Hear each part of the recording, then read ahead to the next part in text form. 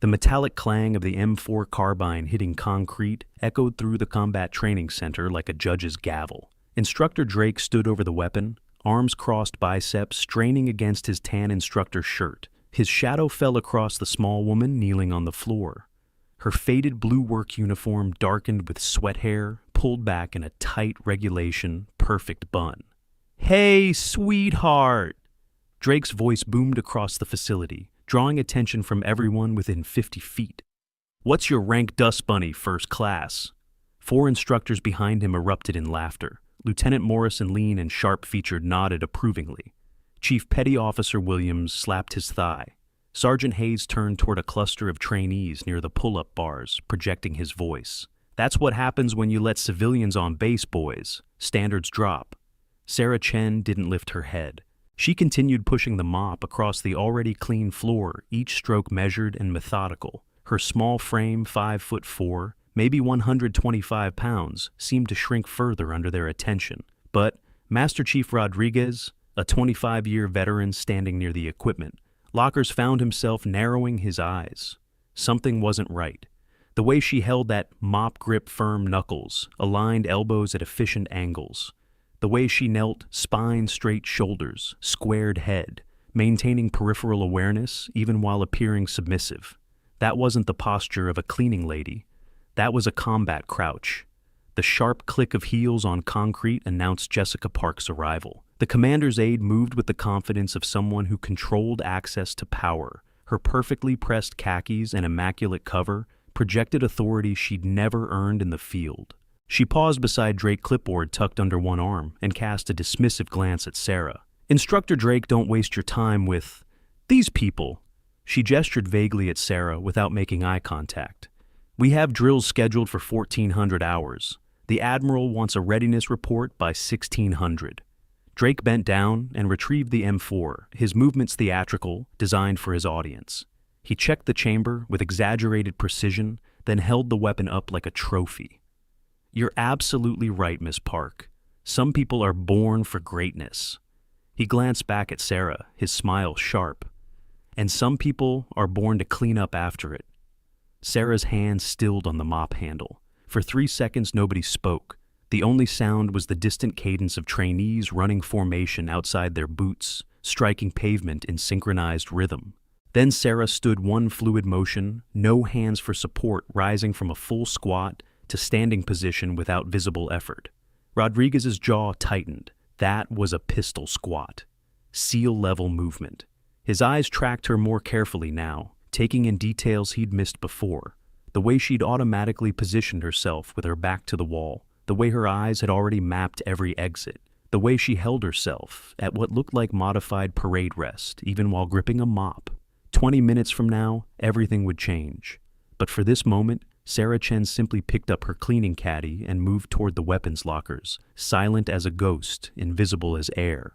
The afternoon sun slanted through the high windows of the CTC, casting long shadows across the training mats. 15 trainees occupied various stations, some working the heavy bags, others practicing room-clearing techniques with plastic training weapons. 6 instructors moved among them, correcting form-barking encouragement that sounded like threats. 3 support staff lingered near the entrance clipboard, warriors documenting everything for bureaucratic posterity. Sarah worked methodically through her assigned section, wiping down equipment that would be covered in sweat and grime, again within the hour. She'd learned to time her movements to the rhythm of the facility, to be present but invisible there, but not noticed. For 3 months, this had been her routine. Wake at 0500, report to the maintenance office at 0600, clean until 1800 hours, return to her small apartment off base, sleep, repeat. Nobody knew, nobody suspected, and that was exactly how she needed it. She reached the weapons rack where a dozen M4 carbines stood in neat formation. Drake had left one partially disassembled on the maintenance table, upper receiver, separated bolt, carrier group, exposed, charging handle, removed. Careless. In a combat zone, that kind of weapon discipline would get people killed. But this wasn't a combat zone. This was San Diego, where the only threat came from paperwork and training accidents. Sarah's hand moved automatically, her fingers brushing across the upper receiver as she wiped the table. Her touch was light, but precise, checking the brass deflector, feeling the familiar texture of the mil-spec coating, her muscle memory cataloging every detail. She didn't realize Master Chief Rodriguez had moved closer until his voice, quiet but carrying authority, cut through the ambient noise. "How long you been working here, miss?" Sarah's hand froze for a fraction of a second before continuing its cleaning motion. 3 months, Master Chief." Her voice was soft, respectful, with just a hint of an accent that suggested Asian heritage but American raising. Rodriguez studied her hands, calluses on the palms and fingers, but not the kind from mops and buckets. These were tactical calluses, thick pads where pistol grips pressed rough patches where rifle stocks rested, rope burns along the edges where rappelling lines had carved their history into her skin. He'd seen those hands before on operators coming back from deployment, on team guys who'd spent more time holding weapons than steering wheels. "You handle equipment carefully," he observed. "Military background?" "No, Master Chief. Just try to do good work." The answer came too quickly, too practiced. Rodriguez opened his mouth to push further, but Drake's voice exploded across the facility like a flashbang. "All right, Nuggets, gather round. Time to see if any of you can handle stress better than my grandmother." The trainees scrambled to form up near the center mat. They were young, most of them barely 20, and their faces showed the peculiar mix of exhaustion and determination that defined SEAL candidates. They'd already survived months of basic conditioning.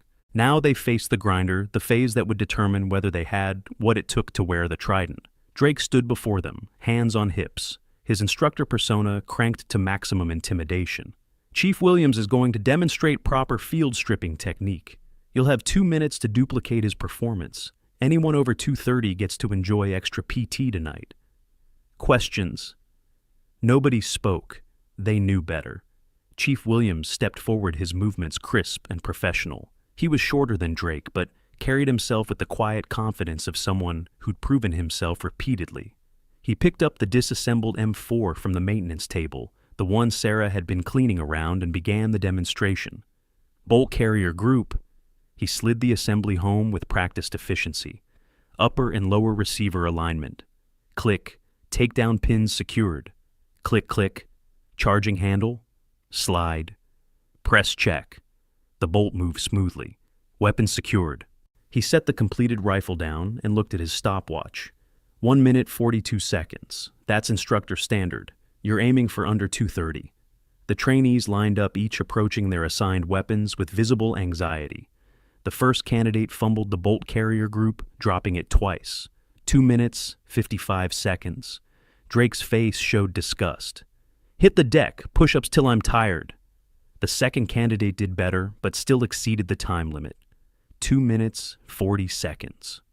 "You two, drop." By the sixth candidate, half the group was doing push-ups on the mat, their arms shaking with fatigue. Sarah continued cleaning, but her position had shifted slightly.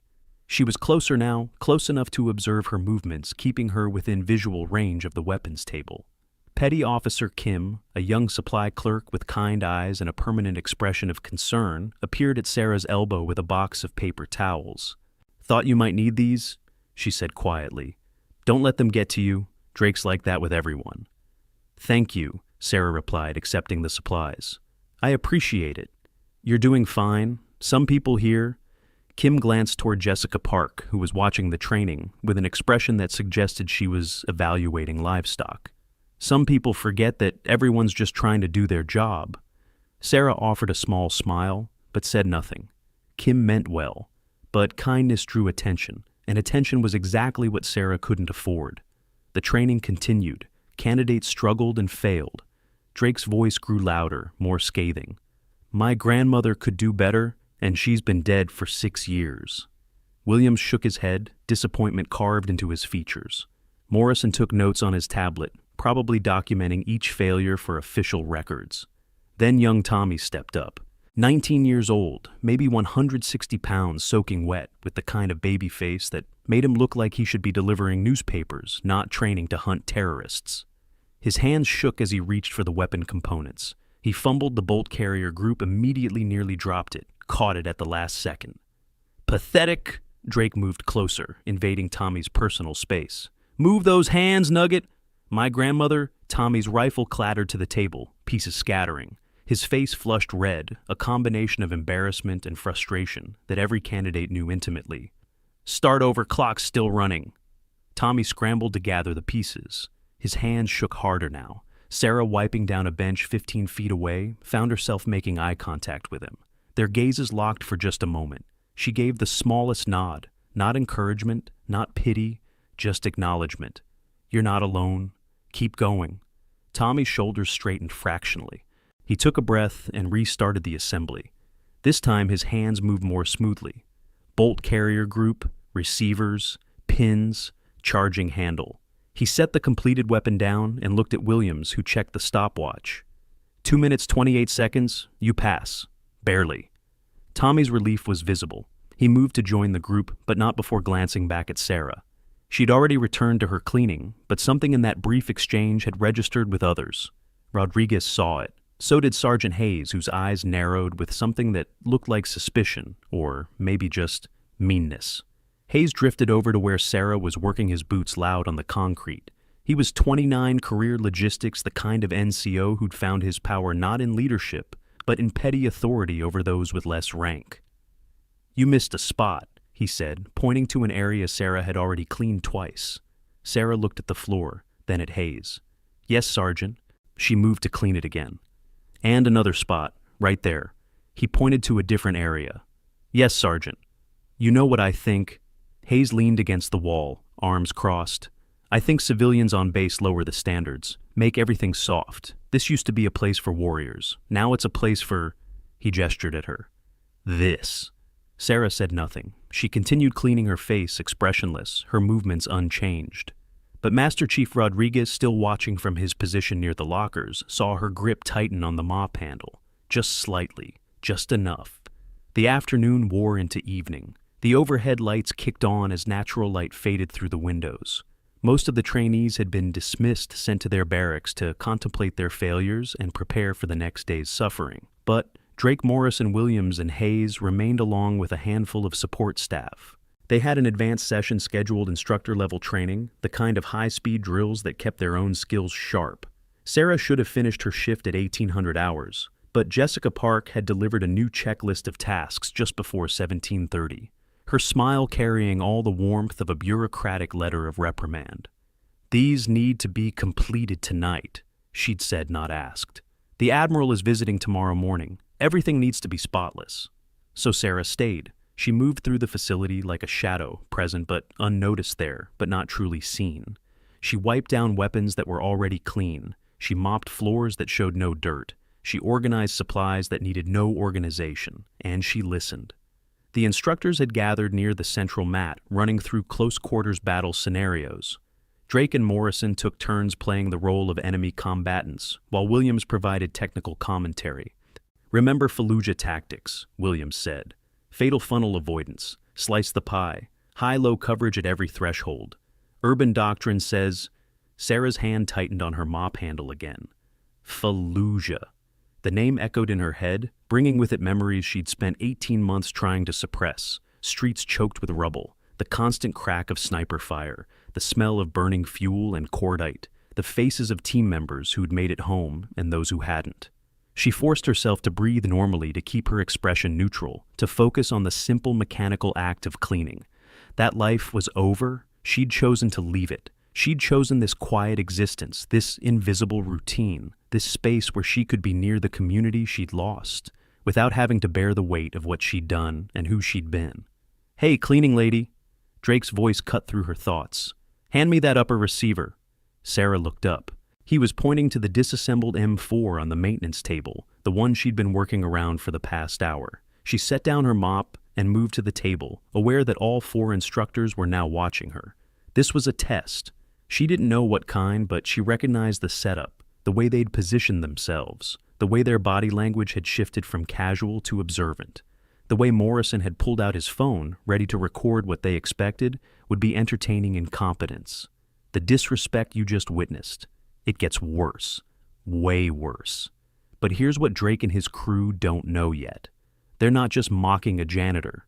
They're insulting someone who's saved more lives than they've taken breaths. Someone whose mission files are so classified, even admirals don't have clearance. If you want to see the moment their world flips upside down, and trust me, it's coming, smash that like button right now. Because what happens when she finally reveals who she really is? It breaks the internet. Every single time. Sarah reached for the upper receiver. Her hand moved automatically, fingers wrapping around the component with a grip that was neither tentative nor overeager, just correct, firm, practiced. She lifted it, and for a fraction of a second, her thumb brushed against the brass deflector, in a motion that spoke of countless repetitions of muscle memory built through thousands of hours holding exactly this kind of weapon. She handed it to Drake. Their eyes met briefly. His showed condescension mixed with amusement. Hers showed nothing at all. "Thanks, sweetheart," he said, the endearment somehow managing to sound like an insult. Williams stepped closer, his instructor's eye catching what Drake had missed. "That was a proper grip," he observed. "Most civilians hold weapons like they're picking up trash. You held that like you've handled them before." Sarah's face remained blank. "I've seen the instructor's work," she said quietly. "I try to pay attention." "Smart girl." Morrison's tone suggested he thought she was anything but. "Maybe you should try harder, because from where I'm standing you're just taking up space that could be used by someone who matters." The words hung in the air, casual cruelty delivered with bureaucratic efficiency. Sarah absorbed them without visible reaction, but Master Chief Rodriguez, still present in his quiet way, felt something shift in the room's atmosphere. A tension that hadn't been there before, a stillness in Sarah's posture that reminded him of operators he'd known, the ones who'd seen things done. Things carried weights that couldn't be measured in pounds or kilograms. "Let's have some fun." Morrison gestured to the disassembled M4 component spread across the table. "Sarah, right, ever seen one of these put together?" Sarah's eyes moved to the weapon parts, then back to Morrison. "Yes, sir. I mean properly assembled, not just watching, actually doing it." "I understand, sir." Williams picked up on Morrison's game and grinned.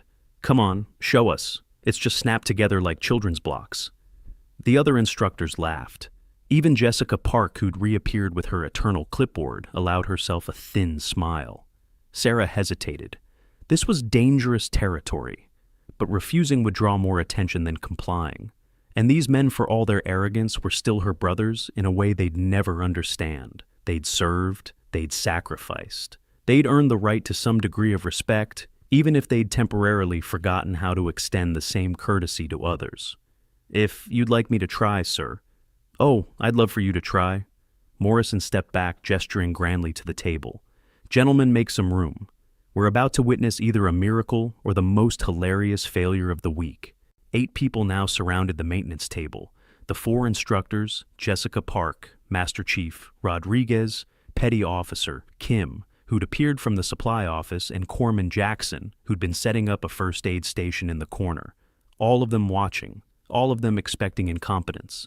Sarah approached the table. The components lay scattered across the surface: upper receiver, lower receiver, bolt carrier group, charging handle, takedown pins, buffer, spring, various smaller parts. A standard M4 carbine, the workhorse weapon of American infantry and special operations. She'd assembled hundreds of them, thousands. Had done it in complete darkness, in sandstorms, under fire, with shaking hands and blood-slicked fingers. But that was before. That was a different life. That was a different person. Her hands moved. Bolt carrier group first sliding smoothly into the upper receiver with the kind of motion that came from repetition so deep it lived in the bones. Upper and lower receivers, next alignment, perfect, no fumbling, no hesitation. Takedown pins secured with subtle clicks that spoke of components meeting their designated positions. Charging handle buffer, spring final checks.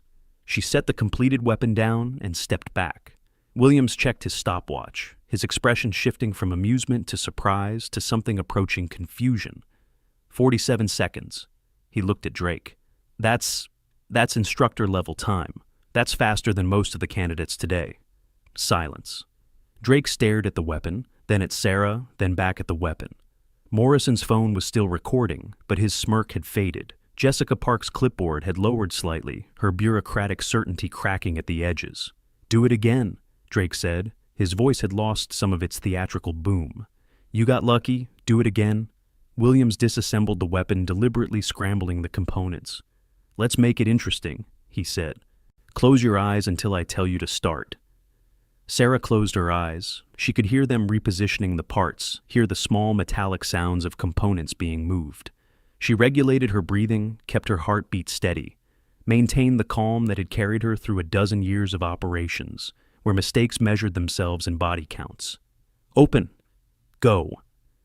Her hands moved again faster this time, because she no longer had to pretend hesitation.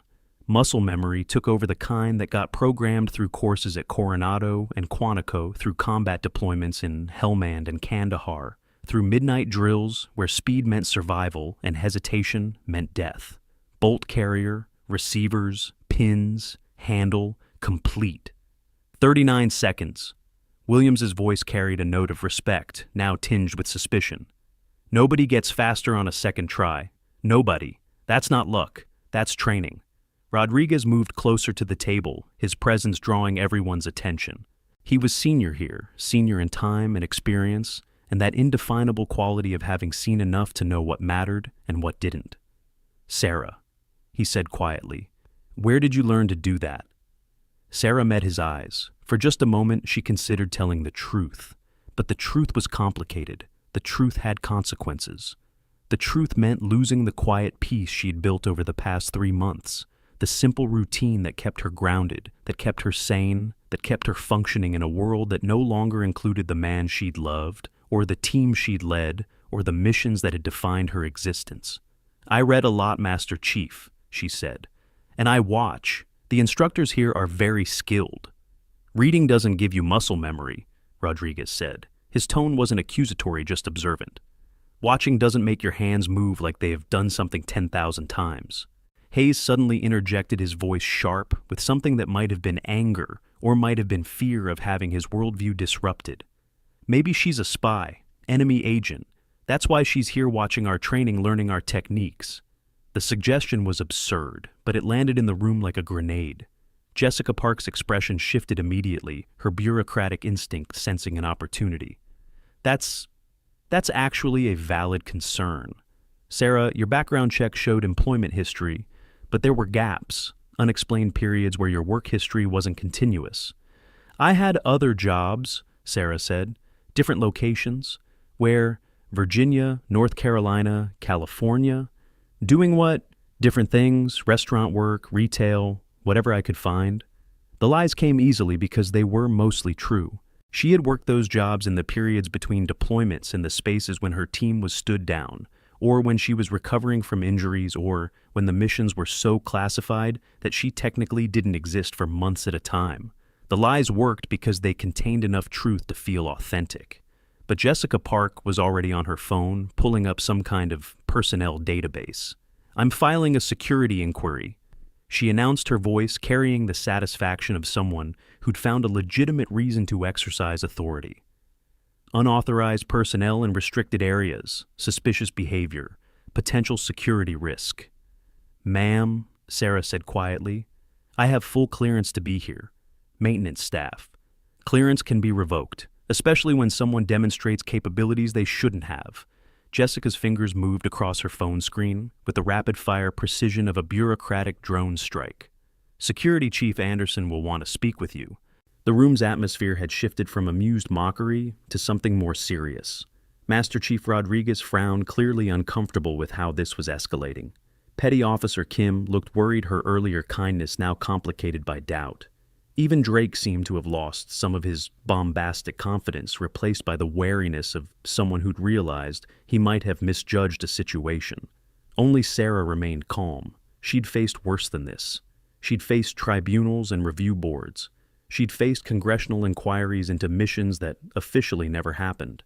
She'd faced the families of operators who died under her command, and found the words to explain why their sacrifice had mattered. A security inquiry by a base functionary barely registered on her personal threat scale.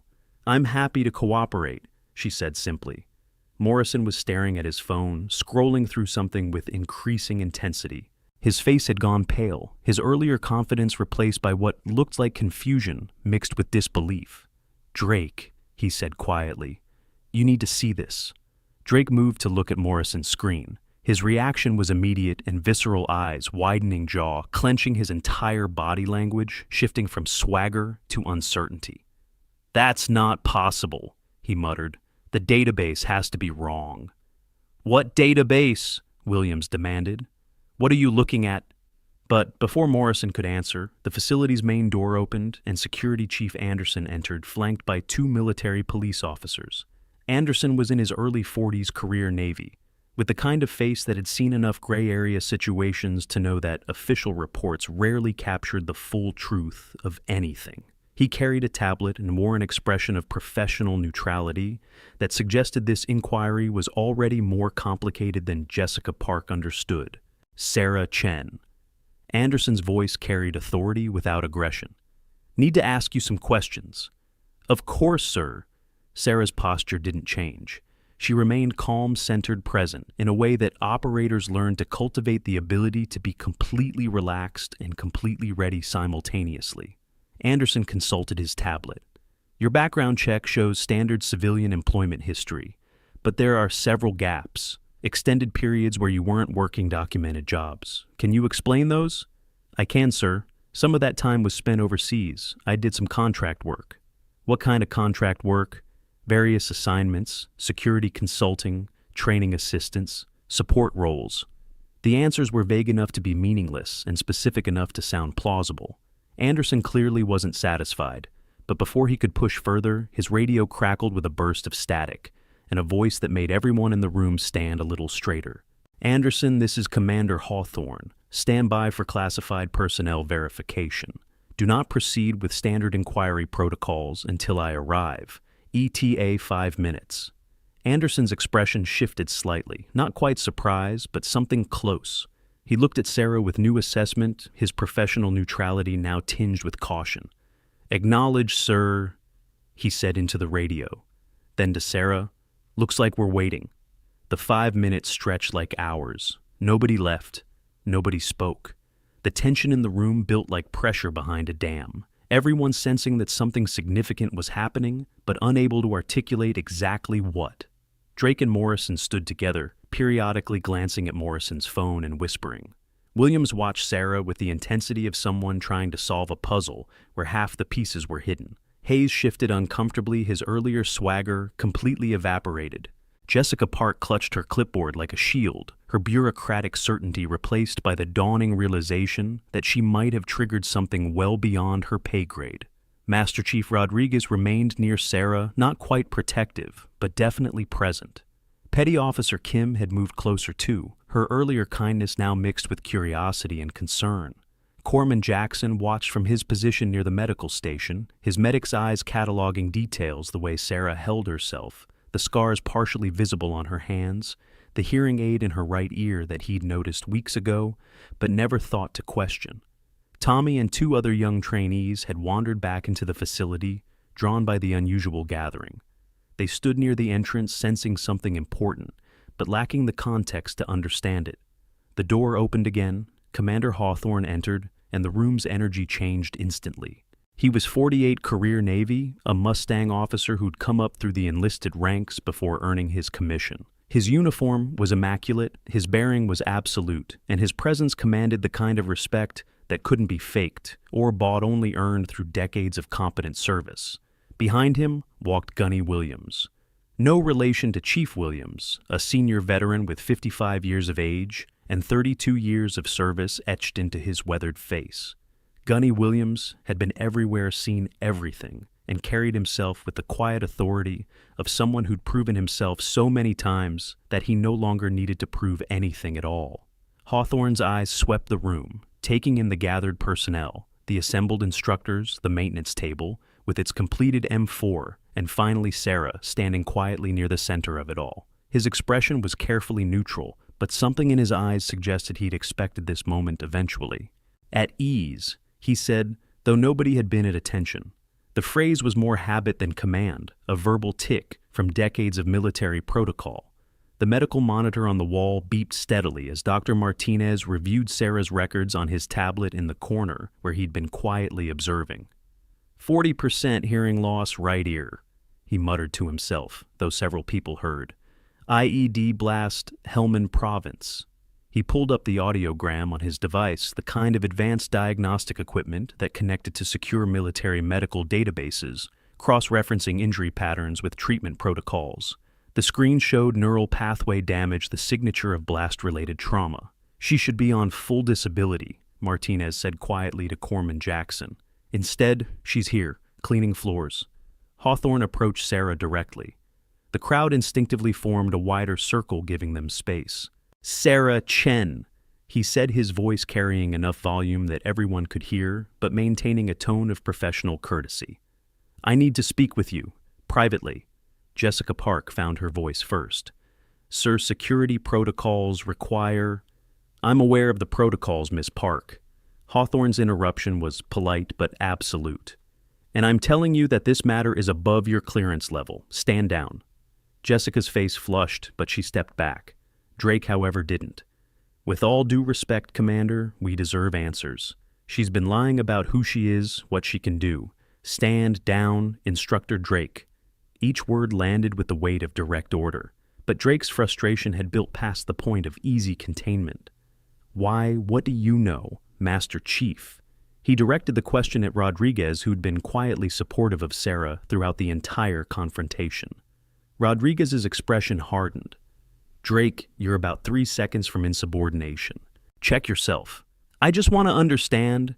Then shut up and watch, Rodriguez snapped. You might actually learn something for once in your career.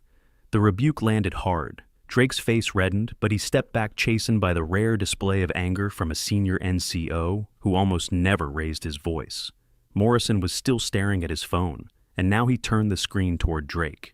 Whatever Morrison had found in the personnel database made Drake's eyes widen.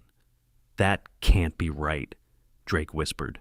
It says the file is classified. It says, holy cow, it says her records are sealed at JSOC level. Joint Special Operations Command. That's above your clearance. Hawthorne interrupted. Which is why you're going to put that phone away and let me handle this. But if she's intelligence, Jessica interjected, grasping at understanding CIA or NSA or something, then this makes sense. She's been observing our training gathering information. No, Chief Williams' voice cut through Jessica's speculation. Intelligence doesn't have these hands. He gestured towards Sarah. Look at her calluses. Those aren't from keyboards or surveillance equipment. Those are from weapons, from ropes, from tools of direct action. She's not intelligence. She's enough. Hawthorne's command silenced everyone. He turned back to Sarah, and for a moment something passed between them. Recognition, respect, shared understanding of things that civilians and even most military personnel would never comprehend. Sarah, I need to know, are you ready for this to come out? Because once it does, everything changes. Sarah was quiet for several seconds. Outside, the last light of day had faded completely, leaving the facility illuminated by harsh overhead fluorescence that cast sharp shadows and washed out colors. She could hear the distant sound of trainees running evening PT, their cadence calls carrying through the California night. She thought about the past 18 months, the deliberate anonymity she'd cultivated, the peace she'd found in simple work that didn't require command decisions or tactical planning or the weight of lives hanging on her judgment. But she also thought about Marcus, about her team, about the 17 missions that had ended with everyone coming home alive, about the one mission that hadn't, about the promise she'd made to herself that she'd serve with honor, even if that service looked different than it had before. I'm ready, sir, she said quietly. Hawthorne nodded. He glanced at Anderson. Security Chief, please document that I'm assuming authority over this inquiry under Special Operations Protocols. Classification level Echo Sierra Alpha. Anderson's eyes widened slightly. Echo Sierra Alpha. That was designation reserved for Tier 1 operators, for personnel whose very existence in certain capacities was classified. Understood, sir. Documented. Hayes, still trying to assert some control over a situation that had completely escaped his understanding, stepped forward. Enough games. Sarah, just tell us who you are. Stop being mysterious and just... He reached out, probably intending to gesture emphatically, or maybe to physically escort Sarah somewhere, his patience exhausted and his worldview crumbling. His hand moved toward her shoulder. Sarah's body reacted before conscious thought could intervene. 12 years of training of combat of situations where a hand reaching for you could mean a knife or a gun or an attack that you had to counter instantly. She didn't hurt Hayes. She didn't throw him or strike him or do any of the 100 violent things her training had ingrained. She simply pivoted, redirecting his momentum with gentle precision, using his own force against him in a movement so smooth it looked like dance. Hayes stumbled off balance.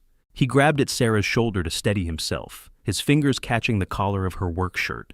The fabric was old, worn thin by months of industrial washing. It couldn't handle the sudden tension. R-I-P. The sound echoed through the facility like a gunshot. Fabric tore down the shoulder, exposing Sarah's upper back and right shoulder blade. And there, rendered in ink that had faded slightly but remained unmistakable, was a tattoo that made Gunny Williams gasp audibly.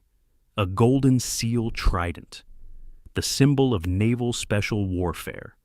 The badge that meant someone had survived the hardest military training in the world and earned the right to call themselves a Navy SEAL. Below the trident in bold letters, Task Force Phoenix. Below that, coordinates 34.4396 degree Newlands, 63.5859 degree Helmand Province, Afghanistan. 17 small stars in an arc pattern, each representing a mission, each marking classified operations that officially didn't exist. Dates 2009, 2015. And surrounding the entire tattoo, visible even in the harsh fluorescent light, was scar tissue, the distinctive pattern of shrapnel wounds, the signature of an IED blast, the physical record of a moment when Sarah Chen had nearly died doing a job that most people would never know she'd done.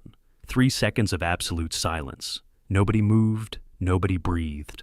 The moment stretched frozen in time as 24 minds simultaneously recalculated everything they'd seen, heard, and assumed over the past several hours. Then Gunny Williams broke the silence with a whisper that carried the weight of recognition and reverence. Sweet Lord above, Task Force Phoenix. You're starting to see it, aren't you? The clues are adding up, but you haven't seen anything yet. The next 60 seconds will make you rewind this video 3 times. Subscribe and hit that bell because when the truth drops, you'll want to be here for every reaction, every gasp, every moment of pure shock. This story is about to explode. The reactions cascaded through the room like a shockwave, each person processing the revelation at different speeds with different levels of comprehension. Drake's jaw went slack. His hand released Hayes' arm where he'd been steadying his fellow instructor. He stumbled backward 2 steps, his mouth working soundlessly before managing to stammer, No, you can't be... That's not possible." Morrison's phone clattered from his hand onto the concrete floor, the screen cracking, but nobody caring. His face had drained of color, going from healthy tan to paper white in seconds. "Operation Silent Dawn," he whispered. "Helmand Province. 73 coalition soldiers trapped behind enemy lines. August 12, 2011. They sent Phoenix." His voice grew stronger as memory supplied details. 17-hour firefight. Everyone said it was a suicide mission. Everyone thought Phoenix wouldn't make it out, but they did. They all did. 73 rescued, 0 friendly casualties. It was legendary. Chief Williams dropped into parade rest, automatically his body responding to recognition, before his mind fully processed what he was seeing. His eyes locked on the tattoo, scanning the details, the trident, the coordinates, the stars, the scars. 17 missions, he breathed. All classified, all successful. Phoenix was real. I thought, everyone said it was a myth propaganda, something Intel made up to intimidate the enemy. Hayes had backed up 3 steps. His earlier aggression completely evaporated. His mouth hung open, his face showing shock mixed with dawning horror at how badly he'd misjudged the situation. I thought she was just... Jessica Park's clipboard clattered to the floor, papers scattering. Her face cycled through emotions too quickly to track disbelief, shock, fear, the horrified realization that she'd just tried to file a security complaint against someone who apparently had security clearances so high that Jessica probably couldn't even access the relevant databases. "Oh no," she whispered. "Oh no, no, no, no." Commander Hawthorne's response was immediate and absolute.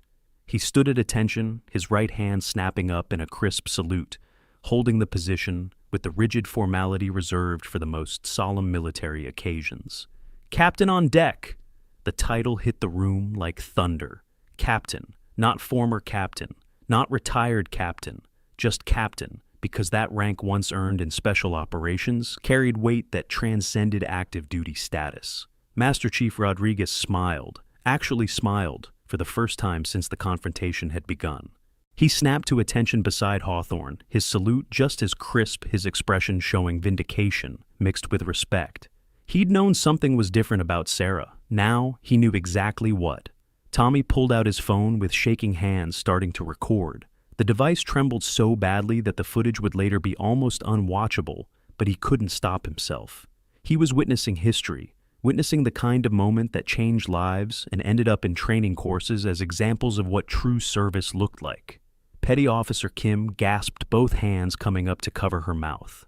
Tears formed immediately, not from sadness, but from the overwhelming emotional impact of watching a hero she'd treated with casual kindness reveal themselves.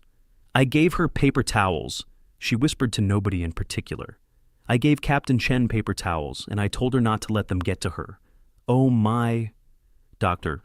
Martinez nodded slowly from his position near the medical station, pieces falling into place. The hearing loss, the weekly audio checks, the audiogram patterns. Now it makes sense. IED blast, Helmand Province. She should have been on full disability, should have been honorably discharged, should have been anywhere but here cleaning floors. He looked at Sarah with new understanding, but she needed to be near the community, near the teams, near the only family she had left. Corpsman Jackson stood from his crouch by the medical supplies, moving to attention, his hand rising in salute. "I read about Phoenix," he said, his voice carrying awe, "in classified briefings during advanced tactical medicine courses. They said Task Force Phoenix was a myth, a legend, something people whispered about, but nobody could confirm. One team, the hardest missions, the ones nobody else would take, extraction specialists, hostage rescue, deep reconnaissance. They said Phoenix never failed, never left anyone behind. And now, you're Phoenix." Instructor Lee, who'd been standing near the back, whispered, 17 combat missions, all classified, all successful. The tattoo, each star is a mission. Each one represents dozens of lives, saved hundreds of enemy combatants, eliminated operations so sensitive that even knowing they happened could compromise national security. The young trainees near the entrance stood frozen, phones out, some recording, some just staring. One of them, a tall kid from Texas, dropped his water bottle. It hit the concrete with a hollow plastic sound that seemed impossibly loud in the heavy silence. Chaplain Foster, who'd arrived moments before the fabric ripped, spoke softly. "Captain Chen, I've heard the stories, the ones we're not supposed to repeat, the ones that get whispered in ready rooms and team buildings. Phoenix, always Phoenix. The team that went into hell and brought people back." Security Chief Anderson lowered his tablet slowly. He keyed his radio, his voice steady despite the visible shock on his face. "Confirmed. Echo Sierra Alpha, Captain Chen. All security inquiries are canceled. Repeat, all inquiries canceled. This is a cleared operator. This is way above my clearance level." Radio chatter exploded across the base frequency. Word was spreading, carried by Anderson's transmission, by Tommy's shaky video, by the dozen witnesses who were already texting and calling their friends and colleagues. Within minutes, everyone at Naval Base Coronado would know. Within an hour, the story would reach other bases. By morning, it would be everywhere. The environment had shifted completely. The harsh fluorescent lights seemed brighter, the concrete walls closer, the air heavier with the weight of shared recognition. The casual mockery and bureaucratic disdain that had filled the room an hour ago had burned away, replaced by something approaching reverence. This wasn't just about correcting a misjudgment. This was about confronting the reality that heroism looked nothing like what movies and television suggested, that the most capable warriors could be 5'4" women with quiet voices and patient eyes. That service came in forms that defied easy categorization or comfortable assumptions. And through it all, Sarah Chen stood quietly, her torn shirt exposing not just a tattoo, but a truth that she'd tried to keep hidden. Her expression remained neutral, but her eyes dark deep, carrying weights that nobody else in the room could fully comprehend, moved slowly across the assembled faces, reading reactions, processing the moment, adjusting to a reality that had just fundamentally changed. Hawthorne lowered his salute, but remained at attention. When he spoke, his voice carried throughout the facility with absolute clarity. Captain Sarah Chen, SEAL Team 3, Task Force Phoenix Commander, 12 years of active service, Navy Cross recipient, 3 Bronze Stars with Valor Device, Purple Heart, Silver Star, Combat Action Ribbon with 3 stars, Presidential Unit Citation. He paused, letting each award sink in. Medical discharge eligibility following IED blast in Helmand Province, resulting in 40% hearing loss and traumatic brain injury. Declined full disability status, retired with honors 18 months ago. Rodriguez turned to Drake, his voice quiet, but carrying edge sharp enough to cut. You just mocked a woman who has more combat time than everyone in this room combined, including me, including the commander. She's done things we can't talk about, saved lives will never count, fought battles that officially never happened. And you asked her what her rank was. Drake's face had gone from red to white to a shade that suggested he might be physically ill. Captain, I have no excuse. I disrespected. He fumbled with his instructor badge, hands shaking as he removed it from his belt. I disrespected everything you represent, everything I'm supposed to teach. Here. He held out the badge. I don't deserve to wear this, not after how I treated you. Sarah looked at the offered badge, then at Drake's face. For the first time all night, she spoke with something approaching her command voice, quiet still, but carrying authority that couldn't be questioned. Keep it, Drake. You're a good instructor, tough, demanding. That's what these trainees need. They need someone who pushes them past their limits, who shows them that comfort is the enemy of growth. She paused. What they don't need is instructors who judge books by covers, who confuse visible strength with actual capability, who forget that respect is something we give, not just something we demand. The rebuke was gentle but devastating. Drake's hands lowered, still holding the badge, his eyes showing the kind of shame that came from disappointing someone you suddenly realized deserved better. Williams approached carefully, as one might approach a senior officer or a dangerous animal, with respect tinged by caution. Captain, why work as why hide? The question was genuine, without judgment, just seeking understanding. Sarah was quiet for a long moment. The room waited 24 people holding collective breath. When she finally spoke, her voice carried the weight of grief that 18 months hadn't fully processed. My husband, Lieutenant Marcus Chen, SEAL Team 7, KIA Kandahar 2 years ago. The words dropped like stones into still water ripples, spreading through everyone present. Several people's expressions shifted from curiosity to understanding to sympathy. Chaplain Foster nodded slowly. I remember Marcus, he said softly. I presided at his service. Good man, great operator. He spoke about you. Didn't use your name, operational security, but he spoke about his wife, about how she was the strongest person he knew, how she led from the front, how she never asked anyone to do anything she wouldn't do first. Sarah's jaw tightened slightly, the only visible sign of emotion. I couldn't leave, not completely. This base, these teams, it's the closest I can be to him, to that life, the work. She touched her hearing aid briefly. The cleaning work keeps me grounded, gives me purpose that doesn't require command decisions or tactical planning. Lets me be near the community without the weight of leadership. I wasn't hiding. I was healing. Rodriguez stepped forward. And nobody knew. You've been here 3 months, watching us train, listening to us talk, seeing everything. I wasn't spying, Sarah said quickly. I wasn't gathering intelligence or evaluating programs. I was just being close to something familiar, something that felt like home. But you were evaluating us, Rodriguez said. It wasn't an accusation, just observation. Whether you meant to or not, you saw our techniques, our methods, our mistakes. Sarah allowed the smallest smile. I saw good instructors doing hard work. I saw young men and women pushing themselves past what they thought possible. I saw a community that, despite its occasional arrogance, genuinely cares about preparing the next generation for real-world operations. She looked at Drake, at Morrison, at Williams. You're good at what you do. All of you. Sometimes you forget that everyone's fighting battles you can't see. Morrison approached, his earlier confidence completely gone. His hands hung at his sides, empty, his posture radiating contrition. Captain Chen, my conduct was unacceptable. I failed to uphold the standards of this command. I failed to demonstrate the respect that everyone, regardless of position or appearance, deserves. He straightened slightly. I apologize, formally and completely. Sarah accepted the apology with a nod, saying nothing. Words weren't necessary. Morrison stepped back, his face showing relief mixed with continuing shame. Hayes approached next, moving slowly, his earlier aggressive energy replaced by something approaching humility. Captain, I've been in logistics for 15 years. I thought I knew what service looked like. I thought I understood what made someone valuable to the military.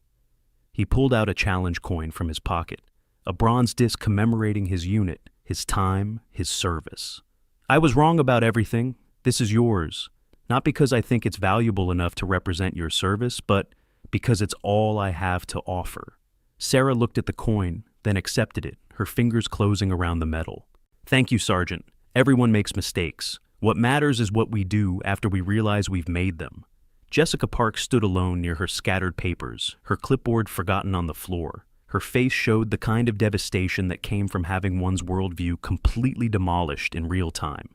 She opened her mouth several times, trying to find words, failing, trying again. Finally, she managed, I've already submitted my resignation to the commander. I can't, after what I did, after how I treated you, I can't work here anymore. I can't face myself. Sarah crossed the distance between them in a few quiet steps. She bent down, picked up Jessica's clipboard, and handed it back to her. Don't resign, Sarah said quietly. Everyone deserves a second chance. I'm giving you one. Use it well. Jessica took the clipboard with shaking hands, tears streaming down her face. I don't deserve this. Maybe not, but I'm offering it anyway. Because that's what leadership looks like. Not holding on to grudges, not punishing people for honest mistakes, helping people become better than they were. Sarah's voice hardened slightly. But understand this, second chances aren't infinite. Use this one wisely. Rodriguez scrolled through his phone during the exchange, checking his investment portfolio. After 25 years in service, he'd learned the importance of financial planning, especially the kind tailored for military veterans with specialized retirement accounts and VA-backed investment vehicles. He'd seen too many operators retire without proper financial security. Smart money management, he'd told young recruits countless times. It's the difference between surviving retirement and thriving in it. He looked up from his phone, meeting Sarah's eyes. Captain, you mentioned healing. Are you okay? Really okay? Sarah considered the question carefully. Define okay. I'm functional. I do my job.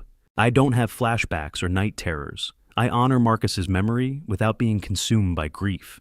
So yes, by most metrics, I'm okay. She paused. But okay isn't the same as whole. I'm not sure I'll ever be whole again. And I've made peace with that. The honesty was disarming. Several people shifted uncomfortably, confronted by the reality that heroism had costs that couldn't be measured in awards or promotions. That coming home alive didn't mean coming home undamaged. Commander Hawthorne had been standing quietly, letting the interactions play out. But now he stepped forward again. Captain Chen, I'm formally requesting you join our training cadre as a consultant. Part-time. Your experience in close quarters combat, in extraction operations, in leading teams, under extreme conditions. We need that expertise. These trainees need to learn from someone who's actually done the things we're preparing them to do. Sarah shook her head slowly. Commander, I appreciate the offer. I do. But I need the simplicity. The cleaning work helps me in ways that tactical instruction wouldn't. It gives me space to breathe, to exist, without constantly being Captain Chen, war hero. I need to be just Sarah for a while longer. Understood. Hawthorne's acceptance was immediate and without judgment. But the offer stands, anytime you're ready, any capacity you'd be comfortable with. And, Sarah, he paused, ensuring she was listening. You'll keep your cleaning position, with a significant raise, and full base access officially documented. No more questions about clearances or authorization. You've earned the right to be anywhere you want to be. Thank you, sir. Gunny Williams had been standing near the tattoo's reveal point, his eyes never leaving Sarah's exposed shoulder. Now he spoke his weathered voice, carrying the weight of someone who'd served through multiple conflicts and knew what real combat looked like. I was in Helmand, different sector, different unit, but we heard the stories. August 12, 2011. 73 coalition soldiers, Americans, Brits, Canadians, trapped behind Taliban lines after an ambush went catastrophically wrong. Command said extraction was impossible, said the terrain was too hostile, the enemy too numerous, the timeline too compressed, said we'd have to leave them and hope for prisoner exchanges later. He paused, his eyes distant with memory. Then someone mentioned Phoenix, said they'd go in. Command tried to stop it, said it was suicide, said they'd just be adding more bodies to the casualty count, but Phoenix went anyway. Sarah remained silent, her face carefully neutral, but her hands had tightened slightly at her sides. 17 hours, Gunny continued. That's how long the mission took. We monitored communications when we could when Phoenix wasn't operating under full radio silence. We heard firefights, heard explosions, heard calls for medical support. And then at dawn, on August the 13th, we heard the most beautiful words in military radio. Package secure, all souls accounted for, returning to base. His voice cracked slightly. 73 souls, every single one. Some of them couldn't walk, had to be carried. Some of them were barely conscious from dehydration and injuries. But they all came home, because Phoenix went into hell and brought them back. The facility had gone absolutely silent again. Even the ambient noise from outside had faded, or maybe people had just stopped noticing it. Tommy's phone was still recording, capturing every word, every emotion, every moment of this unexpected reckoning. "Was it you?" Tommy asked suddenly, his young voice cracking with intensity. "Were you leading that mission Operation Silent Dawn?" Sarah finally looked directly at him. "I can neither confirm nor deny operational details of classified missions. That information remains above most clearance levels. But the tattoo shows that I served with Task Force Phoenix from 2009 to 2015, shows coordinates that might represent a significant location, shows 17 stars that might represent 17 missions. What those missions entailed, who was involved, what the outcomes were, that information stays classified. Potentially forever." Rodriguez smiled slightly. "Spoken like someone who's been through congressional inquiries and security reviews." "Several," Sarah admitted. "It's part of the job when you operate in the gray spaces. When your missions officially don't exist, someone still has to make sure they were legal, ethical, and necessary. The reviews are thorough." Williams had been staring at his phone, scrolling through something with increasing focus. "Captain, if you're willing, I'd like you to review our weapons training protocols. Not officially, not as an instructor, just look at what we're teaching and tell me if we're missing anything. Tell me if there are techniques, tactics, or mindsets that would help these trainees survive real-world operations." Sarah considered this carefully. It was a smaller ask than Hawthorne's offer, more contained, less likely to consume her limited emotional reserves. "I'll think about it, Chief. That's all I can promise right now. That's all I'm asking. Just think about it." The group began to disperse slowly, people processing what they'd witnessed, what they'd learned, how their understanding of the world had shifted in the space of an hour. Some gathered in small clusters, talking in low voices. Others left entirely needing space to think. A few approached Sarah individually, offering handshakes or salutes or simply nods of respect. But Drake lingered, standing apart from the others, his instructor badge still clutched in one hand. He watched Sarah interact with people, saw the grace with which she handled the attention, the patience she showed even to those who'd mocked her hours earlier. Finally, he approached again, his earlier bombastic confidence completely absent. "Captain," he said quietly, "I need you to understand something. What I did, what I said, it wasn't just unprofessional. It was a betrayal of everything I'm supposed to represent as an instructor. I teach these candidates about honor, about respect, about looking beyond surface appearances to recognize true capability. And then I turned around and violated every one of those principles." He paused, struggling with words. "I grew up poor, trailer park in Nevada. Everyone looked at me and saw someone who'd never amount to anything. I joined the Navy to prove them wrong, made it through Bud S on my third try, earned my trident, became an instructor because I wanted to help others achieve what I'd achieved." His voice dropped lower. "And somewhere along the way, I became the exact type of person I'd always hated. The one who judged by appearances, the one who assumed competence based on size or gender or job title, I became what I'd escaped from. Sarah listened without interrupting, her expression neutral, but not unkind. I'm not asking for forgiveness, Drake continued. I don't deserve it. I'm telling you that I see what I did. I understand how badly I failed, and I'm going to be better. Not because I got caught, not because you turned out to be someone important, but because you showed me what real strength looks like, what real leadership looks like, what I should have been all along. Sarah was quiet for several seconds. Then, Drake, you're a good instructor because you push people past their comfort zones. Don't lose that edge. Just remember that real strength comes in forms you might not recognize immediately. And the best leaders create environments where everyone, regardless of what they look like or what job they hold, gets treated with basic human dignity. I'll remember, Captain. I promise you that. Then we're good. Go home. Get some sleep. Tomorrow you've got candidates who need your expertise. Drake nodded, replaced his badge on his belt, and left. His shoulders were straighter than they had been in hours, despite, or maybe because of the humbling he'd received. The facility slowly emptied. Hawthorne left after ensuring Sarah didn't need anything. Rodriguez departed with a final salute and a promise to stop by tomorrow. Williams, Hayes, Morrison, and Jessica all left at intervals, each carrying their own version of the night's lessons. The trainees were the last to go, reluctant to leave, sensing they had witnessed something significant that would shape their understanding of what service truly meant. Finally, only Sarah, Dr. Martinez, and Corman Jackson remained. Martinez approached with his tablet, his medical professional demeanor softened by personal concern. Sarah, I need to ask. The audio checks the monitoring. You've been tracking your hearing loss progression? Yes, doctor. Weekly checks to ensure it's not deteriorating further. And you're managing okay. The hearing aid is sufficient. Most days, sometimes in crowded spaces or during high-stress situations, the sensory processing gets overwhelming. But I've adapted. I've learned to compensate. Martinez made notes on his tablet. I want to increase the monitoring frequency, bi-weekly instead of weekly.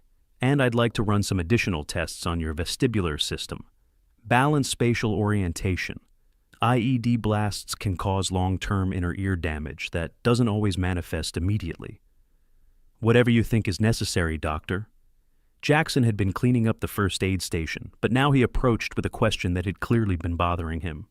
Captain, can I ask, when did you know that this was going to come out, that your cover was going to break? Sarah smiled a real smile, small but genuine.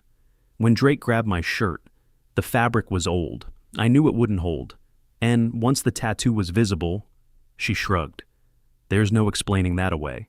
Task Force Phoenix was too distinctive, too well known among the community, even if most of the operations remained classified.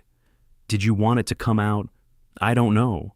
Part of me needed the anonymity, needed the space to heal without everyone knowing my history, my losses, my scars, physical and otherwise. But another part, she touched her hearing aid again. Another part was tired of hiding. Tired of pretending to be less than I am, not because I'm proud or arrogant, but because hiding takes energy. And I've been so tired for so long. The honesty was stark vulnerable in a way that Sarah rarely allowed herself to be. Martinez and Jackson exchanged glances, both recognizing the trust implicit in her admission. You should go home, Martinez said gently. It's been a long night. Tomorrow will bring its own challenges, people will know. Now word will spread, you'll face questions and attention you've been avoiding. I know, but for tonight I just want to finish my cleaning route, complete the work I was assigned. It helps, the routine, the simplicity. Then we'll leave you to it. Martinez collected his equipment. But Sarah, if you need anything, counseling support, just someone to talk to, my door is always open. Thank you, doctor. They left, and Sarah was finally alone in the combat training center. She picked up her mop, now slightly dried out from being abandoned during the confrontation, and dipped it into fresh cleaning solution. She continued working through her assigned sections, wiping down equipment, organizing supplies, mopping floors that were already clean. The work was meditative, repetitive, familiar. It gave her hands something to do, gave her mind space to process everything that had happened, gave her spirit room to breathe without the constant pressure of being Captain Chen, war hero, legend myth, made flesh. She worked until 2200 hours, 2 hours past her scheduled shift end.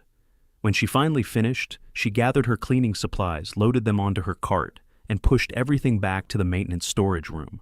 She locked up, signed out with security, and walked across the base toward the parking lot where her modest Honda Civic waited.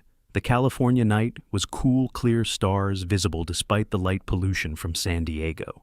Sarah stood beside her car for a moment, looking up at the sky, thinking about Marcus, thinking about the team members she'd lost over 12 years of operations, thinking about the 73 lives saved in Helmand and the 17 missions that had defined her career, and the person she'd been before the IED blast had stolen 40% of her hearing and forced her to confront a future without active service.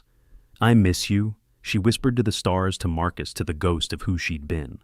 "I miss all of it, but I'm learning to be okay with who I am now, learning to find purpose in small things, learning that service doesn't always look like combat or command." The stars didn't answer. They never did. But somehow, standing there under the vast California sky, Sarah felt a measure of peace that had eluded her for months. Tomorrow would bring attention and questions and complications. But tonight she'd done her job, both the official one and the unofficial one, of finally letting people see the truth of who she was. She got in her car and drove home through empty streets, windows down, letting the night air wash over her. Her small apartment waited, one-bedroom, minimal furniture walls, decorated with a single photograph of Marcus in his dress blues, and another of her SEAL team during a rare moment of downtime. She'd shower, make tea, try to sleep, despite knowing that sleep rarely came easily these days. But tomorrow was another day. Another chance to navigate this new reality where her anonymity was gone, but her purpose remained. Another opportunity to figure out what service looked like when you were healing rather than fighting, supporting rather than leading, being rather than doing. For tonight, that was enough. Tomorrow would take care of itself. She locked her car, and climbed the stairs to her second-floor apartment. Inside, everything was exactly as she had left it, neat, organized, Spartanly furnished. She dropped her keys in the bowl by the door, kicked off her work boots, and padded across the hardwood floor to the small kitchen. Her phone buzzed. Multiple messages, all from base personnel. She ignored them for now, not ready to engage with the aftermath. Instead, she made chamomile tea, carried the mug to her small balcony, and sat in the darkness watching the city lights spread below her like scattered stars. This was her life now. Quiet, simple, uncomplicated by the weight of command, or the pressure of missions, or the constant awareness that every decision might mean the difference between people living or dying. It wasn't the life she'd planned. It wasn't the life she'd trained for. But it was the life she had, and she was learning slowly, painfully, to accept it. The tea cooled in her hands as night deepened around her. Tomorrow, everything would change again. But for tonight, Sarah Chen was just a woman sitting on a balcony drinking tea, remembering the past, and trying to make peace with the present. It would have to be enough, because it was all she had. Morning arrived with the subtlety of a flashbang grenade. Sarah's phone had been buzzing since 0600 texts, calls, voicemails, from people she'd never spoken to, reporters who'd somehow obtained her number, veterans organizations requesting interviews, and a surprising number of messages from trainees asking if she'd be willing to mentor them. She silenced the device after the 20th notification and went through her morning routine with mechanical precision. Shower, coffee, uniform, the same faded blue work shirt and pants she'd worn for 3 months, though now she wondered if Commander Hawthorne's promise of official documentation meant she'd be issued something different. She arrived at the base at 05:45, earlier than usual, hoping to complete some work before the inevitable attention storm. Security waved her through without the usual credential check, and she noticed the guard, a young petty officer she'd seen dozens of times, stood a little straighter as she passed. Word had spread faster than she'd anticipated. The maintenance office was empty when she arrived. Sarah collected her cleaning supplies, loaded her cart, and headed toward the combat training center. She had expected some level of acknowledgement, maybe a few salutes or respectful nods. What she didn't expect was to find 40 people waiting outside the CTC entrance when she arrived at 06:15. Master Chief Rodriguez stood at the front of the group, which included the entire training cadre, support staff, medical personnel, and at least 20 trainees. As Sarah approached with her cleaning cart, Rodriguez called out, "Attention on deck." 40 bodies snapped to attention simultaneously. 40 right hands rose in crisp salutes. Sarah stopped, her hands still gripping the cart handle. For a moment she considered deflecting, making a joke, trying to minimize the gesture. But these were her people warriors and support staff alike, showing respect in the only language the military truly understood. Refusing their salute would dishonor them, more than accepting it would discomfort her. She released the cart, stood at attention, and returned the salute with the precision drilled into her through 12 years of service. The gesture held for 3 seconds proper military courtesy before Rodriguez called, "Order arms." The formation relaxed but didn't disperse. Rodriguez approached his weathered face, showing something between respect and concern. "Captain, the commander wants to see you. 0700 in his office. Until then." He gestured to the waiting group. "Some people wanted to speak with you, if you're willing."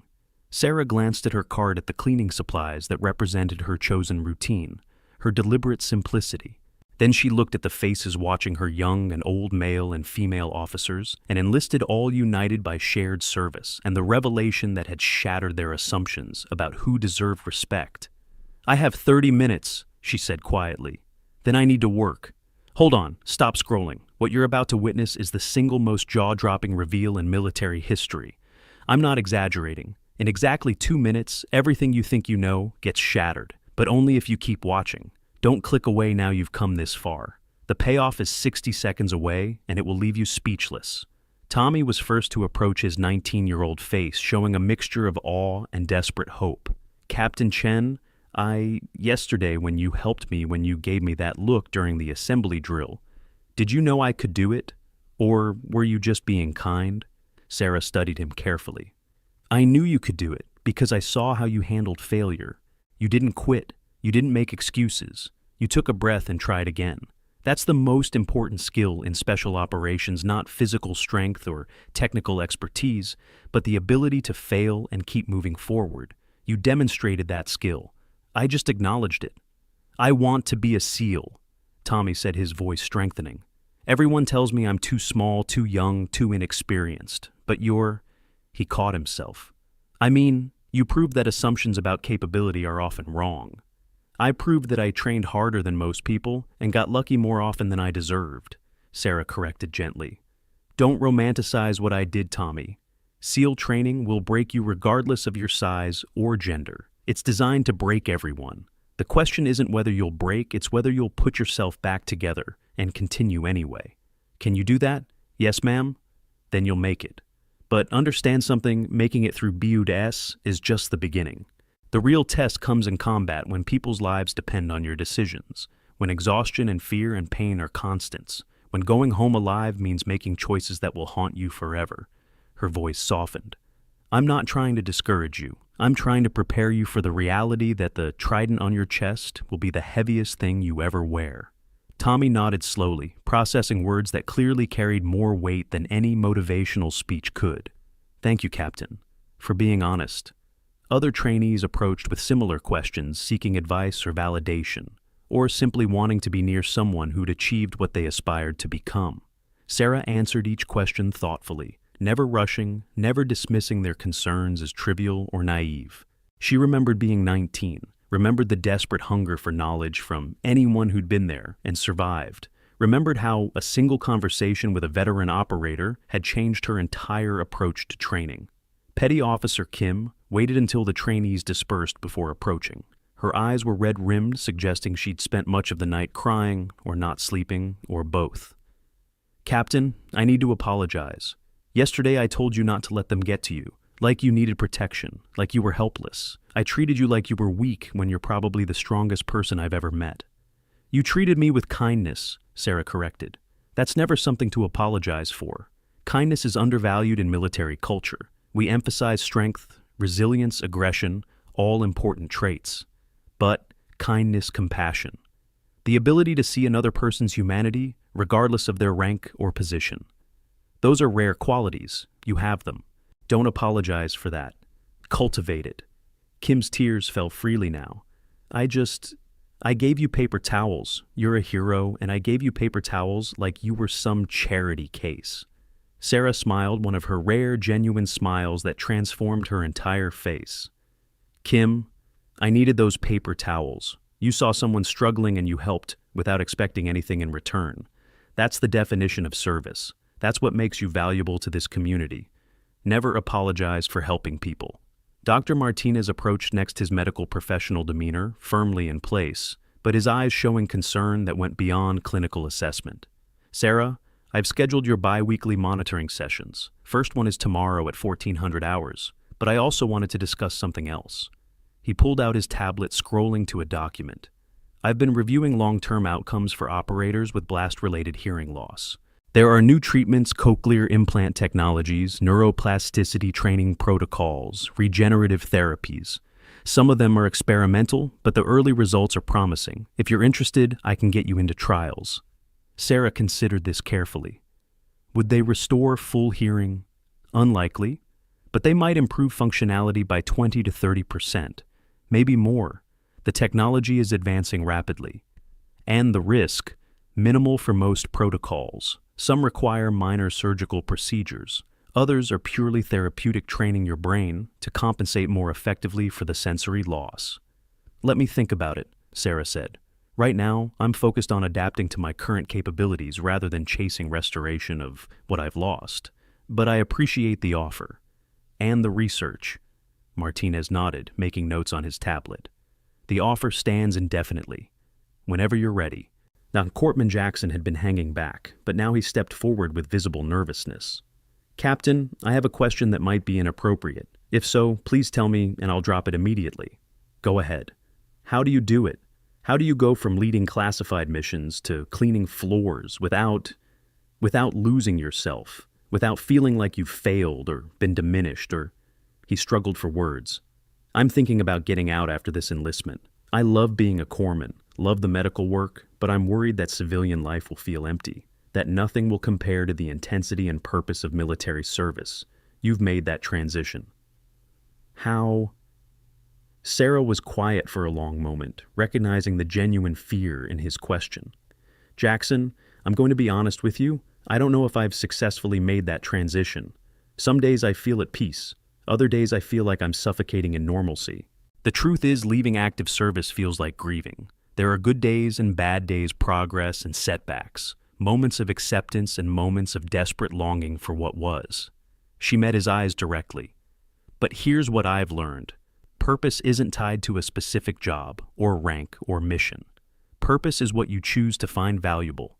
For me right now, that's simple work that keeps me connected to the community while giving me space to heal. For you, it might be something completely different. The key is being honest with yourself about what you need rather than what you think you should want. That's really helpful. Thank you, Captain.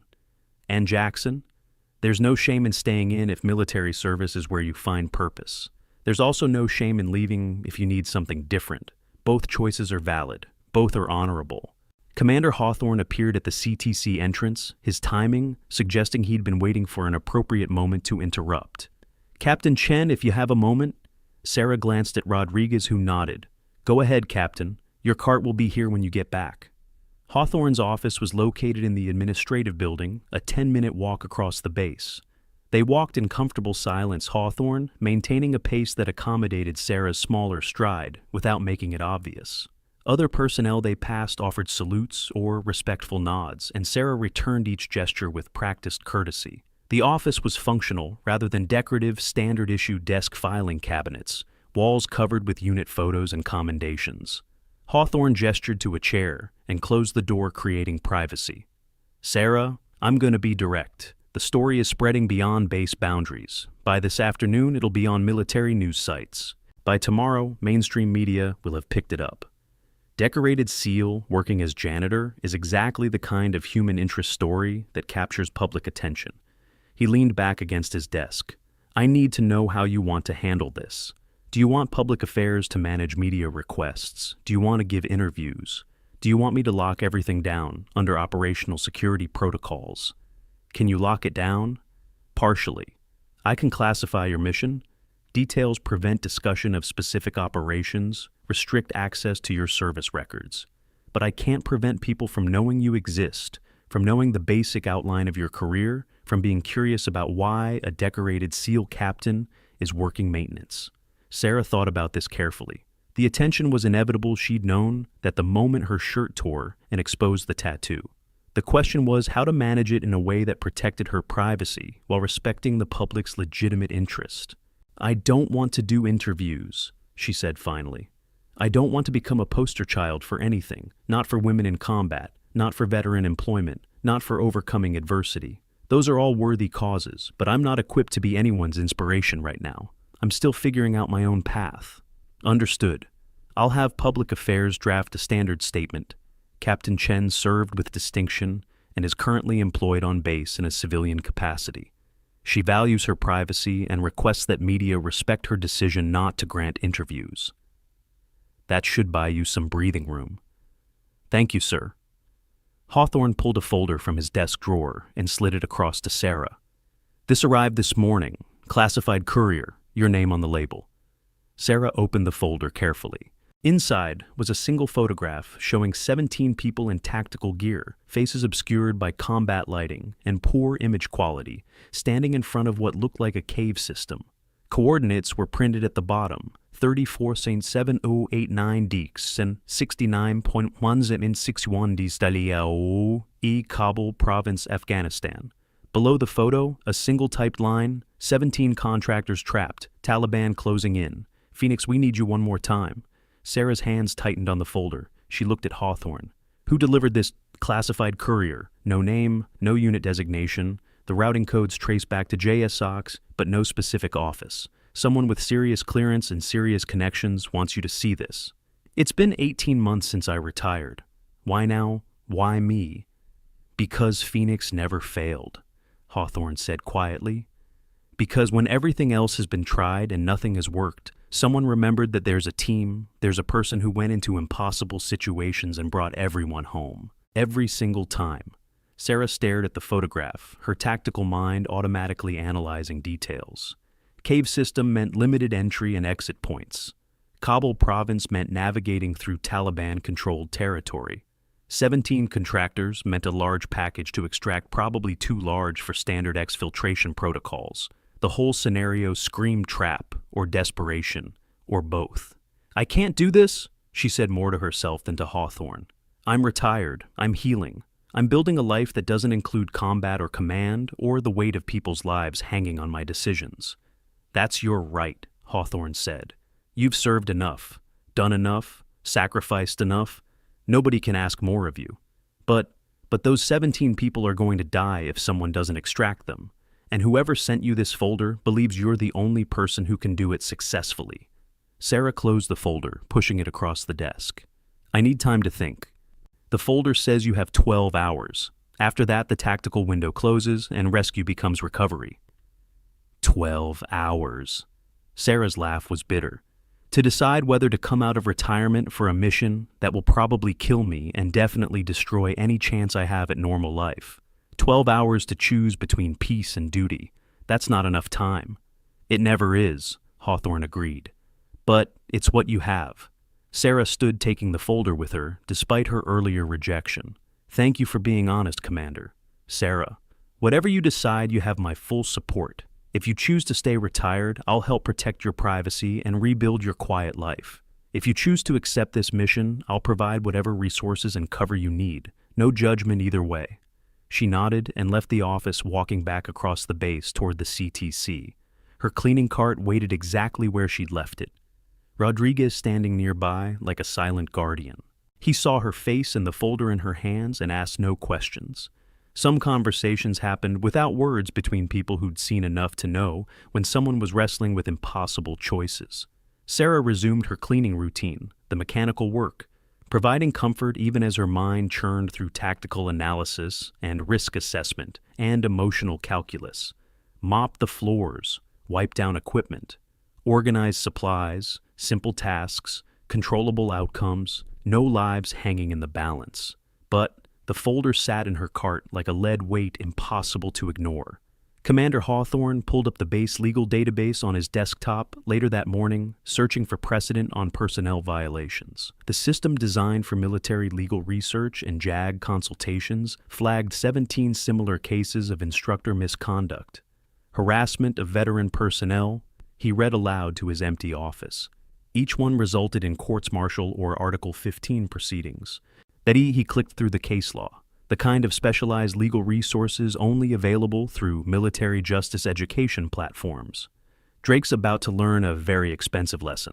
He muttered, making notes for the disciplinary hearing scheduled for 1,400 hours. The afternoon brought its own complications. Drake, Morrison, Williams, and Hayes stood at attention in Hawthorne's office, faces showing varying degrees of anxiety and contrition. Jessica Park was notably absent. She'd called in sick, though everyone suspected she was simply too ashamed to face official reprimand. Hawthorne didn't sit. He stood before them, hands clasped behind his back, his command presence filling the small office. "Gentlemen, we have a problem. Yesterday evening you harassed a decorated combat veteran. You mocked her appearance, questioned her competence, created a hostile work environment, and generally failed to demonstrate the values we claim to instill in SEAL candidates. This is unacceptable." Drake spoke first, his voice steady despite visible tension. "Sir, there's no excuse for our conduct. We failed. I failed. I let arrogance and assumptions override basic respect and human decency. I'm prepared to accept whatever punishment you deem appropriate." That's very noble, Instructor Drake. But punishment isn't the point. The point is ensuring this never happens again. Not just with Captain Chen, but with anyone: janitors, supply clerks, contractors, civilian personnel. Everyone on this base deserves to be treated with dignity, regardless of their job title or apparent status. Morrison straightened slightly. "Sir, permission to speak. Granted. We've been discussing this, all of us, and we've developed a proposal." He pulled out a tablet displaying a document. "New mandatory training for all instructors: unconscious bias recognitions, respect in military culture, civilian-military interaction protocols, 3 hours quarterly. We want to volunteer to help develop the curriculum and participate as both students and instructors. We want to turn our failure into something constructive." Hawthorne took the tablet, scrolling through the proposal. It was detailed, thoughtful, clearly developed through multiple hours of genuine effort. "This is good work, comprehensive, but it doesn't address the immediate issue: you harassed a superior officer." "We understand that, sir," Williams said. "We're prepared for official reprimand, for it to go in our permanent records for whatever consequences you decide. We're not trying to avoid responsibility. We just want to ensure our mistake becomes a teaching opportunity rather than just a disciplinary footnote." Hayes added quietly, "Captain Chen told me everyone deserves a second chance. She gave me one. We want to earn it by making sure nobody else has to experience what she did." Hawthorne studied them carefully, seeing genuine contrition mixed with determination to do better. These were good men who'd made bad choices, now trying to correct course. The military didn't succeed by destroying people who made mistakes. It succeeded by helping them learn and improve. "Here's what's going to happen," Hawthorne said. "Each of you will receive a formal letter of counseling in your personnel file. Not as serious as Article 15, but serious enough that it will impact promotion boards and future assignments. You'll also develop and implement the training program you've proposed with oversight from Dr. Martinez and Master Chief Rodriguez. And finally," he paused for emphasis, "you'll personally apologize to Captain Chen, not in writing, face to face. She deserves to hear directly from each of you that you understand what you did wrong and how you'll do better." "Yes, sir," they said in unison. "Dismissed. Except you, Drake." The others filed out, leaving Drake alone with Hawthorne. The commander's expression softened slightly. "Drake, you're one of my best instructors. Tough, demanding, effective at preparing candidates for the reality of SEAL operations. I don't want to lose you, but I need to know, can you change? Can you look at people like Captain Chen and see capability instead of limitations? Can you judge based on performance rather than appearance?" Drake met Hawthorne's eyes directly. "Sir, yesterday broke something in me. Or maybe it fixed something that was broken all along. I grew up being dismissed and underestimated. I should have known better than to do that to others. I did know better. I just forgot. Or stopped caring. Or let arrogance override empathy." He took a breath. I can change. I will change. Because Captain Chen showed me what I should have been all along, someone who leads with respect rather than intimidation. Someone who sees people's potential rather than their limitations. I want to be that person. I want to be worthy of wearing this uniform again. Then make it happen, Hawthorne said. You have one chance. Use it well. I will, sir. Thank you. Sarah worked through the afternoon, her movements automatic, while her mind churned through the impossible decision represented by the folder in her cart. Extract 17 contractors from Taliban-controlled territory in Kabul province. A mission that would require tactical precision, exceptional luck, and probably cost her life. Or stay retired, continue healing, build the quiet existence she'd been constructing over 18 months of civilian life. Still processing what you just saw? Good. Because this story isn't over, not by a long shot. There's a part 2 coming that takes this to a whole new level, and it involves a mission even more dangerous than anything Sarah faced before. Click the next video in the description. You need to see how this ends. At 17:30, as she was finishing her shift, her phone rang. Unknown number. She almost didn't answer, but something made her press accept. Captain Chen. The voice was male, gravely carrying authority earned through decades of service. This is Colonel Richard Morrison, JSOX. You received the package. I did. Then you know the situation.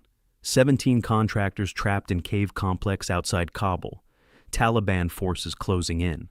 Every military option is politically impossible right now. Too visible, too likely to trigger international incidents. But a retired operator working as private security consultant, that's different. That's deniable. That's also suicide, Sarah said flatly. 17 people is too large a package for covert extraction. The Taliban aren't idiots, they'll have the area locked down.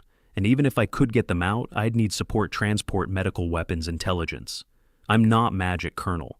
I'm just one person who got lucky more than she deserved. You're Phoenix. You don't fail. Phoenix was a team, 5 operators working in perfect coordination. I was the team leader, but I didn't do it alone. They're scattered now, retired, reassigned, 1 dead. I can't rebuild Phoenix in 12 hours. Morrison's voice softened slightly. I know about Marcus. I know what you've lost. I wouldn't ask this if there were any other option. But there isn't. These 17 people, some of them are former military, former operators, who took contracting jobs to pay bills and support families. There are people, Sarah. And they're going to die unless someone brings them home. Sarah closed her eyes, Marcus's face appearing in her mind with painful clarity. She remembered conversations they'd had about duty and sacrifice, about when it was right to walk away, and when walking away meant abandoning the values that defined you. Marcus would have gone.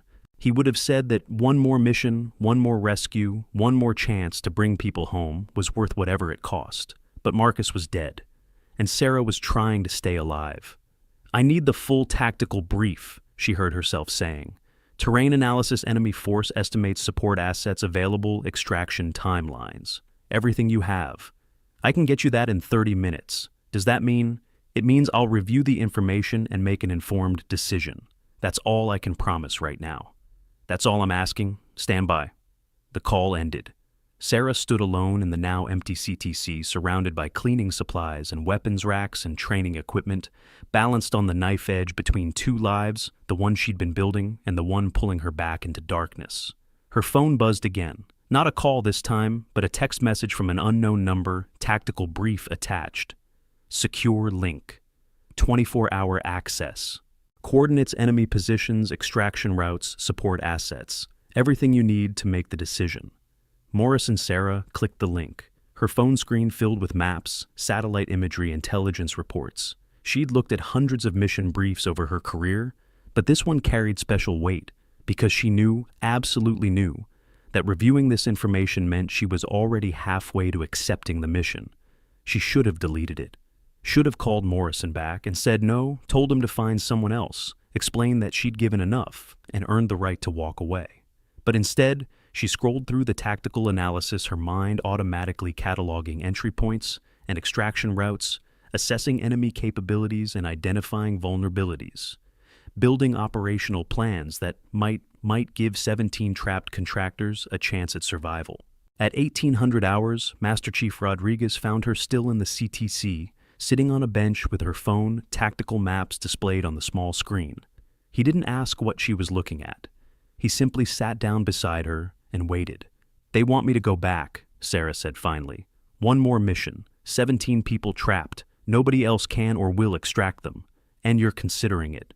"I'm an idiot for considering it. I'm retired, healing, building a life that doesn't include combat or the constant possibility of death. Going back would destroy all of that." Rodriguez was quiet for a moment. Then, "Can I tell you a story?" "Please." "I had a team guy once. Good operator, great person. He did 4 deployments, earned his share of commendations, served with distinction. After his 4th deployment, he told me he was done. Said he'd given enough seen, enough lost, enough. Said he needed to focus on his family and his mental health and rebuilding himself. And I supported that decision because it was the right one for him." Rodriguez paused. 6 months later, his old team got hit hard during an operation. 3 KIA, 5 wounded. And this guy, this retired operator who had earned his peace, he couldn't live with himself. Couldn't accept that he'd been safe while his brothers were dying. Eventually, the guilt consumed him more than the combat ever had. What happened to him? He ate his gun in his garage while his wife was at the grocery store. Left a note saying he was sorry, but he couldn't carry the weight anymore. Sarah absorbed this story, understanding its implications. "You're saying that walking away from this mission will haunt me, that I'll spend the rest of my life wondering if those 17 people died because I chose comfort over duty. I'm saying that only you know what you can live with. Some people walk away and find peace. Others walk away and find only guilt. You need to figure out which one you'll be. And if I go and die, then you die having lived consistently with your values, which is more than most people can say." Sarah laughed bitterly. "That's cold comfort for being dead." "Yeah, but it's the only comfort I can offer." They sat together as evening deepened around them, 2 warriors who'd seen too much and carried too much, bound by shared understanding that civilians would never fully comprehend. Finally, Sarah stood, decision made, or perhaps inevitable all along. "I need to go home, pack, make arrangements. If I'm doing this, I have 12 hours to prepare." Rodriguez stood as well. "Whatever you need from me, you have it. Equipment, intelligence, cover story, extraction support, anything. I need you to look after my things if I don't come back. My apartment, Marcus's photos, the few personal items that matter. Can you do that?" "I can, but you're coming back, Sarah. Phoenix always comes home." "Phoenix had a team. This time it's just me." "No," Rodriguez said firmly. "This time you have an entire base worth of people who finally understand what you're capable of and what you've sacrificed. You're not alone anymore, Captain. Even if you're the only one on the ground, you have support here. Don't forget that." Sarah nodded, not trusting herself to speak. She collected her cleaning supplies for the last time. Somehow she knew she wouldn't be returning to this work, regardless of whether she survived the mission, and walked out of the CTC into the California night. Her apartment felt different when she returned. Smaller, temporary, like a way station rather than a home. She packed efficiently tactical gear from the closet where it had waited for 18 months, weapons she'd kept clean and maintained, despite having no intention of using them, again equipment that represented a life she'd thought she'd left behind. At 2200 hours, her phone rang again. Morrison. "Captain, I need your decision. The tactical window is closing." Sarah looked around her apartment at the photograph of Marcus, at the simple life she'd been building, at the peace she'd been trying to cultivate. Then she thought about 17 people trapped in a cave, about families who would lose husbands and fathers and brothers if nobody went to bring them home, about the values that had defined her entire adult life. That you didn't leave people behind, that service meant sacrifice, that some missions were worth whatever they cost. "I'm in," she said quietly.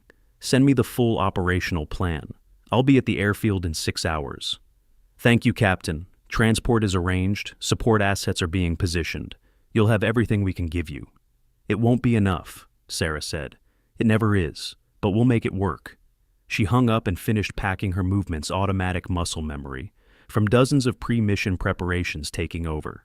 Check weapons, count ammunition, verify communications equipment, pack medical supplies, ensure every piece of gear was exactly where it needed to be, because in combat, fumbling for equipment could mean death. At 0200, She stood in her empty apartment one last time, touching Marcus's photograph, whispering words of love and apology and hope that somehow, wherever he was, he understood why she was choosing this. Then she picked up her gear bag, locked the door, and drove to the airfield where a nondescript military transport waited to carry her back into the life she'd thought she'd escaped. Master Chief Rodriguez was there, along with Commander Hawthorne and, surprisingly, Drake Morrison Williams and Hayes. They stood at attention as she approached, offering salutes that acknowledged not just her rank, but her courage in choosing duty over comfort. "We couldn't let you leave without saying goodbye," Hawthorne said, "and thank you for your service, for your sacrifice, for being willing to go back into hell one more time." Drake stepped forward, his face showing emotions he struggled to contain. "Captain, I don't have the right to ask anything of you, but if you make it back, I'd be honored if you'd let me buy you a beer and listen to whatever wisdom you're willing to share. Because yesterday you taught me more about leadership and strength than 4 years of instructor duty, and I don't want to forget that lesson." Sarah allowed herself a small smile. "If I make it back, Drake, I'll take you up on that. But right now, I need to focus on the mission, on bringing 17 people home. Everything else can wait." She boarded the transport gear bag over her shoulder, walking into the cargo bay where she'd spend the next 12 hours in transit. The engine spooled up, the ramp closed, and the aircraft lifted into the night sky, carrying Captain Sarah Chen back to war.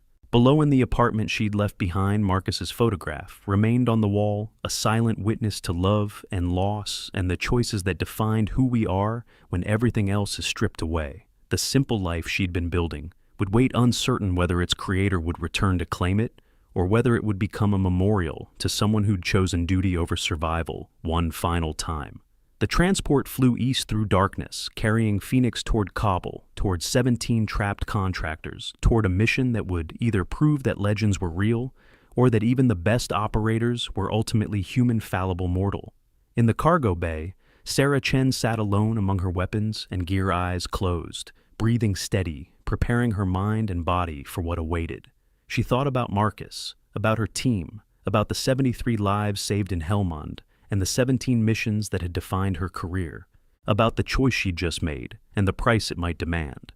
And as the transport carried her toward an uncertain future, Sarah whispered one final prayer, not for her own survival, but for the strength to bring home the 17 people who waited in darkness, hoping that somewhere in the world, someone still cared enough to risk everything for their lives. "Phoenix," she murmured to herself, touching the tattoo hidden beneath her tactical vest.